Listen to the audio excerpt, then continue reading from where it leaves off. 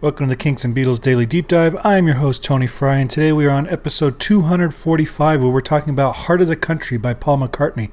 Heart of the Country was released on May 17th, 1971 on his album Ram. And it was also released as a B-side to The Backseat of My Car on August 13th, 1971, but only in the UK. And this single would peak at number 39 on the charts. Obviously, the B-side, Heart of the Country, didn't do anything. On Ram, it opens side 2 of the album, and it's one of 2 songs that Paul produced a promo video for to promote Ram, the other being Three Legs. We talked about that one already. And I still think this is odd because neither of these songs were single A-sides. So you don't produce a promo for Uncle Albert.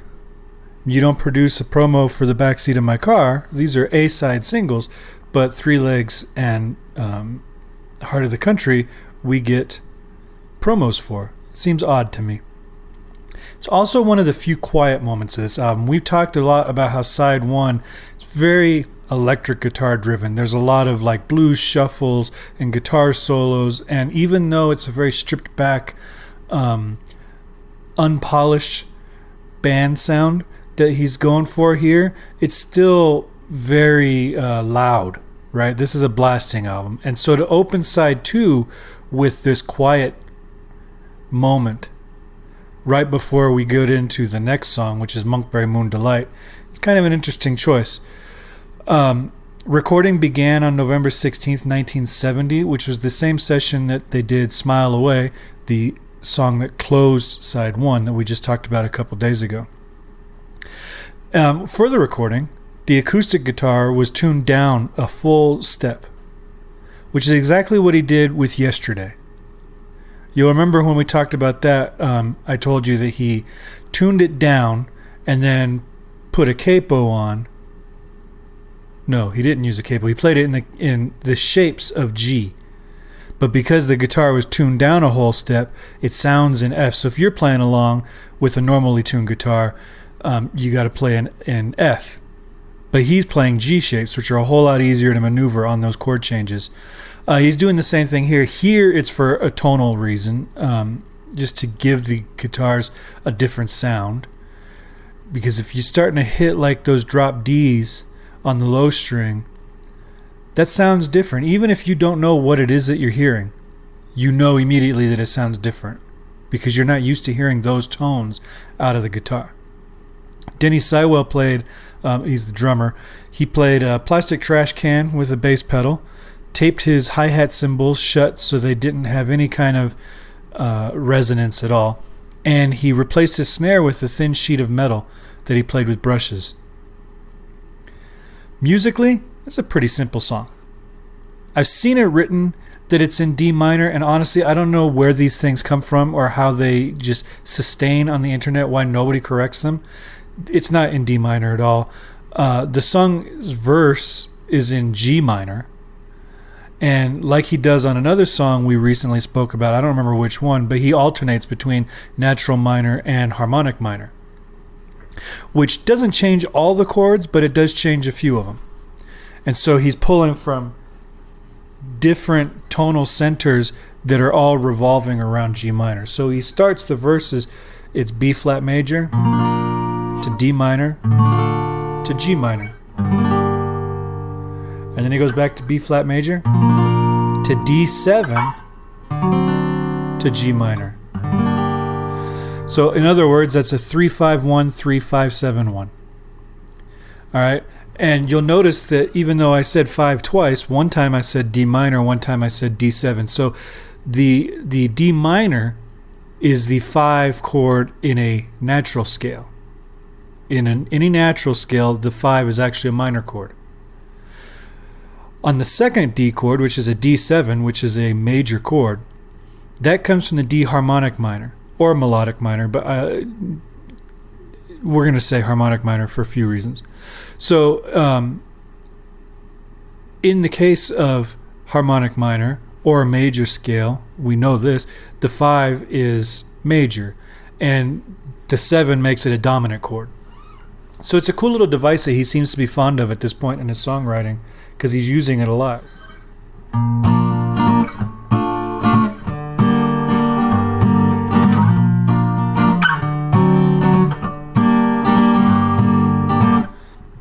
a nice pull. Grabs your ear. Because you're adding that, with that D7, you're adding an F sharp that you haven't heard anywhere else in the song. So that single note is just enough to grab your ear. The chorus, he just alternates between a G7 chord and a C7 chord, so he's pulling out of minor tonality, right? And he's ended that phrase, living in the home of the country.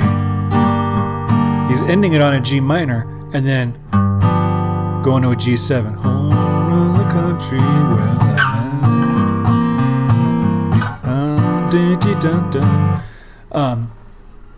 so he's getting out of G minor, but technically, because he's using two dominant chords, he's never really truly establishing a full modulation.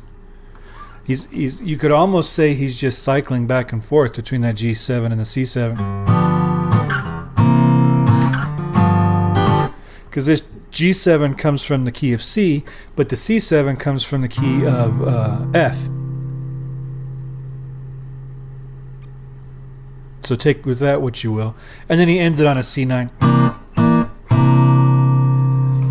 And that's basically it. And then he does this little interlude where he scats while they're doubling it on the guitars. And there's a couple reasons I like this. And I don't usually like when he scats along with what he's doing. To me, it feels like they're playing and he's coming up with an idea for an instrument while they're playing. So he's like, right? He's coming up with this idea and then thinking, I'll play the guitar part of that later. But a lot of times he leaves his scatting in. And so to me, it feels like it's like you're making a to-do list and then you kept it on the record. Right? And so usually I don't like that. I think it kind of detracts from the instrumentation. But on this one, I think it's cool. Because on this one, he's actually doing some scatting. He's not just going da-da-da-da-da-da-da, right? He's doing some cool scatting. And the way they orchestrate the guitars, it initially starts with the acoustic guitar doubling it, and then it ends at the da-ba-da-ba-da-ya-da is on the electric guitar. And I like when they do that kind of back and forth between the electric and the acoustic and making it into one line. George Harrison does that a ton. He does it on I Me Mine, just off the top of my head. But he does it a lot in his solo music too, where you'll have one type of guitar start the line and then the other part of the guitar finish it. Or you have the question and answer kind of thing. Even though it's one continuous melodic line. And I really like that. And I don't, in this instance, and this is a rare thing for me, in this instance, I don't think that the scatting along with it does a disservice to it. I think it actually adds some texture to it, and it's kind of cool. But like I said, it's because Paul's actually scatting and not just do, right? He's right. He's got these little inflections and stuff that I think makes it cool. I want to give a special shout out to Hugh McCracken, who I presume is playing the electric guitar parts. All I could find was that Paul's playing guitar, Hugh McCracken's playing guitar. And the electric to me doesn't sound like it's Paul. I'm very aware of the guitar styles of our three Beatle guitar players. And that does not sound like Paul's guitar playing to me, but the acoustic does. So I'm thinking that Paul's on acoustic, Hugh is on electric. And he's doing some very cool stuff. If you listen to the way he is comping, it's almost like a jazz country hybrid, right? Because you've got this is just straight up,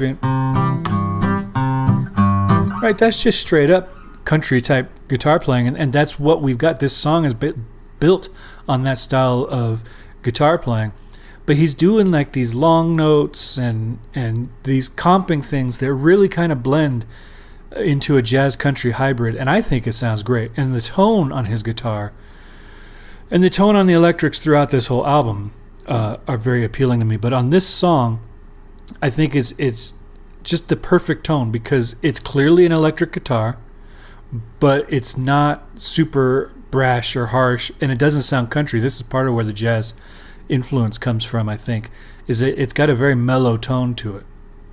And it's a very mellow song, and that kind of tone on this guitar, I think, fits perfect with the acoustic guitar, with Paul's vocal, with that junkyard drum band sound that Denny Seiwell's playing. It's just a perfect blend.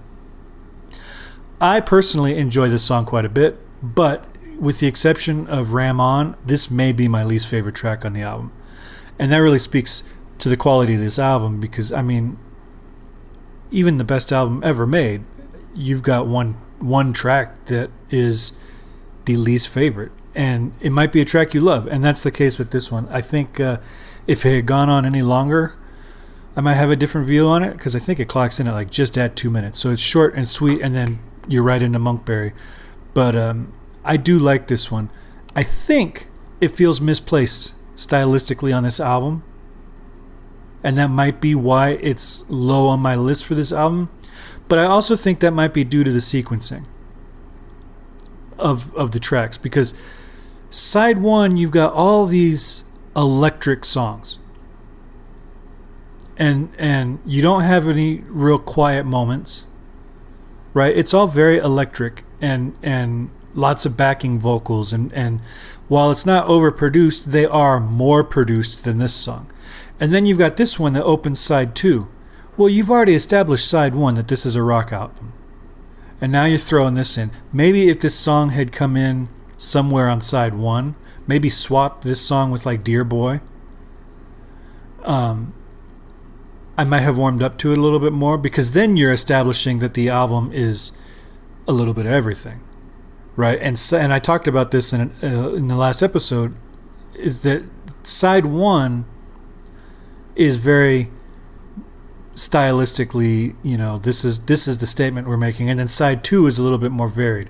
And I think if he would have sequenced it where it was a little bit, even just swapping one song where it was a little bit more varied on side one, then this song I think would fare better, in my opinion. But like I said, it's not a bad song. It's a good song. It's got a lot of cool elements to it, and it's short, so even if it is stylistically different from the rest of the album, you can also just consider it like an interlude between the rockers of Smile Away and Monkberry Moon Delight, especially now that you're listening to it on CD and you're not having the album flip in the middle of those two songs.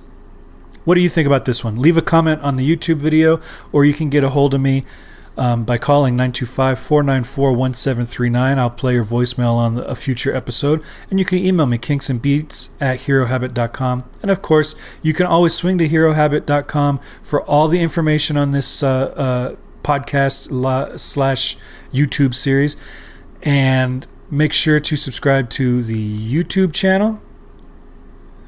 Subscribe to join our Facebook group, our subreddit, our TikTok, all that stuff. You can find all that information at Hero Habit and click the podcast button at the top.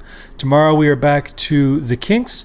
I will talk to you soon. Have a great day and stay safe. Bye-bye.